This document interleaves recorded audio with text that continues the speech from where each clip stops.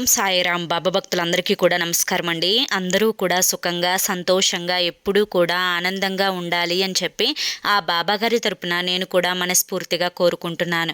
ఈరోజు బాబాగారు అందించే సందేశం ఏంటి అంటే కనుక, తల్లి పూజలు వద్దు, నైవేద్యాలు వద్దు, ఒకే ఒక్క మాట నీతో నేను చెప్పాలి, ఇది కూడా నువ్వు వినకపోతే నిజంగా నీ కర్మేనమ్మా అని చెప్పి ఏదో తెలియని సందేశాన్ని ఈరోజు బాబాగారు మనకి వినిపించడానికి మన ముందుకు వచ్చారండి. మరి బాబాగారు ఏ సందేశం అందించినా కూడా ఆ సందేశం మన జీవితానికి ఒక పునాది అవుతుంది అని చెప్పి మనందరికీ కూడా తెలిసిన విషయమే కదా. మరి ఎవరైతే బాబాగారి యొక్క సందేశం పూర్తిగా వినాలి అని చెప్పి అనుకుంటున్నారో దయచేసి వీడియోని చివరి వరకు చూడండి, అప్పుడే మీకు పూర్తిగా అర్థమవుతుంది. దానికంటే ముందు చాలామంది కూడా గురువుగారి గురించి అడుగుతున్నారండి. అక్క, ఎన్నో రకాల సమస్యలతో మేము సతమతం అయిపోతున్నాము, మీకు తెలిసిన గురువుగారు ఎవరన్నా ఉంటే చెప్పండి అక్క అని చెప్పి అడుగుతున్నారు. నేను పదే పదే ఈ గురువుగారి గురించి ఎందుకు చెప్తున్నాను అంటే కనుక, నేను జీవితంలో కష్ట సమయంలో ఉన్నప్పుడు అసలు ఈ కష్టం నుంచి బయటపడగలనా అనుకున్నానండి. అటువంటి సమయంలోనే నేను గురువుగారిని కాంటాక్ట్ అయ్యాను. గురువుగారు చేసిన పూజల వల్ల ఆ కష్టం నుంచి నేను చాలా తేలికగా బయటపడి ఈ రోజున ఆనందంగా జీవితంలో ముందడుగు వేస్తున్నానండి. అలాగే మీ జీవితాలలో ఎటువంటి సమస్యలు ఉన్నా కానీ శ్రీ షిరిడి సాయిబాబా ఆశీస్సులతో జ్యోతిష్యం చెప్పబడను. గురూజీ శివరామరాజు గారు. Phone number 9959422552. మీరు ఇప్పటి వరకు ఎన్నో చోట్ల జ్యోతిష్యం చెప్పించుకొని మీరు ఆశించిన మార్పులు మీ జీవితాలలో జరగలేదని చెప్పి బాధపడి ఉంటారు. కానీ ఇక్కడ అస్సలు అలా జరగదండి. మీ సమస్యలు ఏవైతే ఉన్నాయో, ప్రేమ, పెళ్ళి, ఉద్యోగం, రాజకీయం, సంతానం లేక ఇబ్బంది పడుతున్న, భార్యాభర్తల మధ్య గొడవలున్నా, అప్పుల సమస్యలున్నా, శత్రువుల సమస్యలున్నా, అవేంటో మీరు గురువుగారికి వివరించి చెప్పినట్లయితే వాటికి తగిన పూజలు చేసి గురువుగారు మీకు రోజులలోనే పరిష్కారాన్ని చూపిస్తారు. గురువుగారు చెప్పినట్లు 100కు 1000% జరుగుతుంది. నమ్మకంతో కాంటాక్ట్ అవ్వండి. ఇక బాబాగారి యొక్క సందేశం విషయానికి వస్తే, బిడ్డ, ఎన్నెన్నో ఖర్చులు పెట్టి నువ్వు నాకు పూజలు చేయాల్సిన అవసరం లేదు. నువ్వు కష్టపడి నీ శ్రమనంతా, నీ ఓపికనంతా కూడా వృధా చేసుకొని నా కోసం నువ్వు నైవేద్యాలు కూడా చేయాల్సిన అవసరం లేదు. బిడ్డ, జీవితంలో ప్రతి మనిషికి కూడా ఎన్నో ఆశలుంటాయి, ఎన్నో కోరికలుంటాయి. ఆ ఆశలు, కోరికలు నెరవేర్చుకోవడం కోసమే ప్రతి మనిషి కూడా ఎంతో కష్టపడి పని చేసుకుంటాడు, ఎంతో కష్టపడి ఒక రూపాయిని సంపాదించుకుంటాడు. ప్రతి మనిషి కళ తన యొక్క జీవితంలో ఒక ఆశయాన్ని పెట్టుకొని ఆ ఆశయం అనేది నెరవేర్చుకోవాలి, తన కుటుంబం బాగుండాలి, తన బిడ్డల భవిష్యత్తు బాగుండాలి, మేము పడిన కష్టాలు మా భవిష్యత్తులో పిల్లలు పడకూడదు అని చెప్పి కోరుకుంటూ ఉంటారు. అయితే బిడ్డ, మొదట భవిష్యత్తు గురించి మాట్లాడుకునేటప్పుడు, బిడ్డల గురించి మాట్లాడుకునేటప్పుడు నువ్వు నీ గురించి ఆలోచించుకొని, నీ గురించి శ్రద్ధ తీసుకొని, నీ గురించి మార్పు తెచ్చుకొని, అసలు నీ జీవితంలో ఏం జరుగుతుంది, ఏం తప్పు చేయడం వల్ల కష్టాలు నష్టాలు వస్తూ ఉన్నాయి, ఏ తప్పులు నువ్వు చేయకుండా ఏ మార్గాన నువ్వు నడిస్తే నీ యొక్క కష్టాలు, బాధలు, సమస్యలు అన్నీ కూడా దూరమైపోతాయి. ఇలా ప్రతీది కూడా నువ్వు తెలుసుకోవాలి అనుకుంటే నువ్వు నేను చెప్పే మాటని పూర్తిగా ఆలకించాలి. బిడ్డ, ఏ తండ్రైనా కానీ తన బిడ్డ సంతోషంగా ఉండాలి అని మాత్రమే కోరుకుంటారు. అదేవిధంగా నేను కూడా నా బిడ్డ సంతోషంగా ఉండాలి, నా బిడ్డ ఆనందంగా ఉండాలి అని మాత్రమే కోరుకుంటూ ఉన్నాను. బిడ్డ, నువ్వు ప్రతిరోజు కూడా నా దగ్గరికి వచ్చి నా పాదాల మీద మొరపెట్టుకుంటూ ఉన్నావు. నీ కన్నీటిని నా పాదాల మీద కారుస్తూ, నీ యొక్క కన్నీటితో నా యొక్క పాదాలని కడుగుతూ నన్ను అడుగుతూ ఉన్నావు. బాబా, కష్టాలు పడలేకపోతున్నానయ్యా, సమస్యలను దూరం చేయండి అయ్యా, ఆనందంగా ఉండాలని ఆశగా ఉందయ్యా, కోరికలను నెరవేర్చండి అయ్యా, కష్టాల కోసమే నన్ను పుట్టించారా, బాధల కోసమే నన్ను బ్రతికిస్తున్నారా, తట్టుకోలేకపోతున్నాను బాబా, బాధలని భరించలేకపోతున్నాను బాబా, జీవితంలో ఇక ఎప్పుడు నాకు కష్టం నుంచి, నష్టం నుంచి బయటపడే మార్గం ఎప్పుడు వస్తుంది బాబా అని చెప్పి 1000 కళ్ళతో ఎదురు చూస్తూ ఉన్నాను బాబా అని చెప్పి కన్నీటితో పాదాలని కడుగుతూ అడుగుతూ ఉన్నావు కదా తల్లి.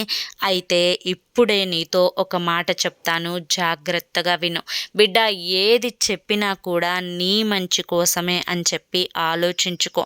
బిడ్డ, ప్రతి మాటకి కూడా నువ్వు విలువనివ్వాలి. నేను చెప్పే మాటకి నువ్వు కనుక విలువని ఇచ్చి నీ జీవితంలో నువ్వు దాన్ని అలవరుచుకొని దాన్ని కనుక నువ్వు పాటిస్తే ఇదే నీ జీవితానికి పునాది అవుతుంది. ఈ పునాది బాటన కనుక నువ్వు నడిచినట్లయితే తప్పకుండా నువ్వు జీవితంలో అనుకున్న లక్ష్యాన్ని సాధిస్తావు.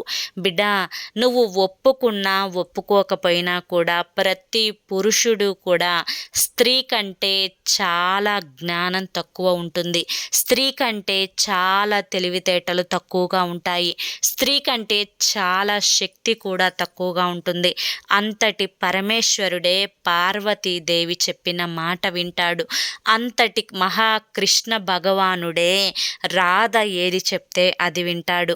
రుక్మిణి ఏది పలికితే దాన్ని శిరసావహిస్తారు. అదేవిధంగా ఈ యొక్క సృష్టిని మొత్తాన్ని కూడా నడిపిస్తున్నది స్త్రీ శక్తే. దుర్గమ్మ తల్లికి ఎంత శక్తి ఉంటే ఆ మహిషాసుర మర్దినిని సంహరించింది అని చెప్పి ఒక్కసారి నువ్వు ఆలోచించావా? ఆ రాక్షసుని మహిషాసుర మర్దిని అవతారంలో ఎంత తీవ్రంగా ఖండించిందో, ఎంత తీవ్రంగా ఆ యొక్క అంటే ఆ చంపడం అనేది జరిగిందో నీకు పూర్తిగా తెలుసు కదా బిడ్డ. అదేవిధంగా నువ్వు లలితా సహస్రనామాన్ని విన్నా కానీ, లలితా సహస్రనామాలని పారాయణం చేసినా కానీ, లలితా సహస్రనామాన్ని నువ్వు చదివినా కానీ నీ జీవితంలో నీకు ప్రసాదాలు అంటే నీ నైవేద్యాలు కానీ, పూజలు కానీ ఏవి కూడా అవసరం లేదు. లేదా నువ్వు ఒక్కొక్కటిగా మొదటిగా నువ్వు చదివేటప్పుడు కొన్ని తప్పులు వస్తూ ఉంటాయి. ఎందుకంటే పుట్టగానే ఏ బిడ్డ కూడా నడుస్తూ పరిగెత్తడు కదా తల్లి. తన చిన్న చిన్న బుడిబుడి అడుగులతోనే, తన తప్పటడుగులతోనే నడుస్తూ ఉంటే భూదేవి భరిస్తూ ఉంటుంది పడ్డ ప్రతిసారి కూడా. అదేవిధంగా నువ్వు తెలుసో తెలియకో చిన్న చిన్న తప్పులు చదివినా కూడా ఆ తల్లి పొరపాటున నా బిడ్డ తప్పు చదివాడులే అని చెప్పి క్షమిస్తుందన్నమాట. అలాగే నువ్వు యూట్యూబ్లో పెట్టుకొని విన్నా కానీ, నువ్వు లేదంటే నీ స్వయంగా చదువుకున్నా కానీ, నువ్వు లలితా సహస్రనామాలని చదువుకొని, లేకపోతే నేను ఇప్పుడు ఒక మంత్రం చెప్తాను, ఈ ఒక్క మంత్రాన్ని నువ్వు ప్రతిరోజు కూడా 108 సార్లు కనుక నువ్వు పఠించావు అంటే కనుక లలితా సహస్రనామాలు చదివినంత పుణ్య ఫలం అనేది దక్కుతుంది. దీన్ని నువ్వు ప్రతిరోజు స్నానం చేసిన తరువాత ఒకే ఒక్క లైను, కేవలం 3-4 అక్షరాల లైను నువ్వు చదవడం వల్ల నీ జీవితమే మారిపోతుంది. అంటే నువ్వు నమ్ముతావా తల్లి? నీ జీవితంలో కష్టాలు ఒడ్డెక్కిపోతాయి అంటే నమ్ముతావా? నీ జీవితంలో సుఖాలు అడుగు పెడతాయి అంటే నువ్వు నమ్ముతావా? అయితే ఖచ్చితంగా నమ్మి తీరాలి. ఎందుకంటే నీ జీవితంలో కష్టాలు, నష్టాలు, బాధలు, దుఃఖాలు అన్నీ కూడా పూర్తిగా వెళ్ళిపోయి నీ జీవితంలో సంతోషాలు అడుగు పెడతాయి తల్లి. అయితే ఆ మంత్రాన్ని చెప్తాను, జాగ్రత్తగా విను. ఈ మంత్రం నువ్వు 11 రోజులు చదివిన తరువాత నీ జీవితంలో అద్భుతాలు చోటు చేసుకుంటాయి. బిడ్డ, నిజం చెప్తున్నాను. ఈ యొక్క మంత్రం 108 రోజులు పూర్తయిన తర్వాత నీ జీవితంలో నిన్ను పట్టి పీడిస్తున్న దరిద్రాలన్నీ కూడా పూర్తిగా వెళ్ళిపోతాయి. బిడ్డ, తండ్రిగా నా మీద నీకు నమ్మకం ఉంటే ఏ పూజలు వద్దు, చక్కగా స్నానం చేసిన తరువాత ఒక చోట కూర్చొని ఈ మంత్రాన్ని చక్కగా 108 సార్లు చదువుకో. ఆ మంత్రం చెప్తాను, జాగ్రత్తగా విను. ఓం ఐం హ్రీం శ్రీం శ్రీ మాత్రే నమః. మళ్ళీ చెప్తాను, ఓం ఐం హ్రీం శ్రీం శ్రీ మాత్రే నమః. ఓం ఐం హ్రీం శ్రీం శ్రీ మాత్రే నమః. తల్లి 3 సార్లు చెప్పాను ఇప్పుడు ఈ మంత్రాన్ని. ఈ మంత్రాన్ని నువ్వు ప్రతిరోజు కనుక 108 సార్లు కనుక చదువుకుంటే కష్టాలు, బాధలు, నష్టాలు, దుఃఖాలు అన్నీ కూడా నీ జీవితం నుంచి ఉన్న నెగిటివ్ ఎనర్జీ అంతా కూడా వెళ్ళిపోయి నీ జీవితం అంతా కూడా సంతోషమయమవుతుంది, ఆనందమయమవుతుంది. నువ్వు పట్టిందల్లా కూడా బంగారం అవుతుంది. నీ జీవితంలో కష్టాలకి చోటనేదే లేకుండా పోతుంది. సుఖాలు నీ జీవితంలోకి సంతోషంగా అడుగు పెడతాయి. గ్రహ దోషాలు, జాతక దోషాలు, కర్మఫల దోషాలు అన్నీ కూడా వెళ్ళిపోతాయి. ఒక్కసారి నా మాట విని ప్రయత్నించి చూడు తల్లి అని చెప్పి ఈరోజు బాబాగారు మనకి చాలా చక్కటి సందేశాన్ని అందించారండి. మరి ఈ సందేశంలో ఎంతో గొప్ప ఆంతర్యం ఉంది. మరి అది మీ అందరికీ కూడా నచ్చింది, అర్థమైంది అని చెప్పి అనుకుంటున్నాను.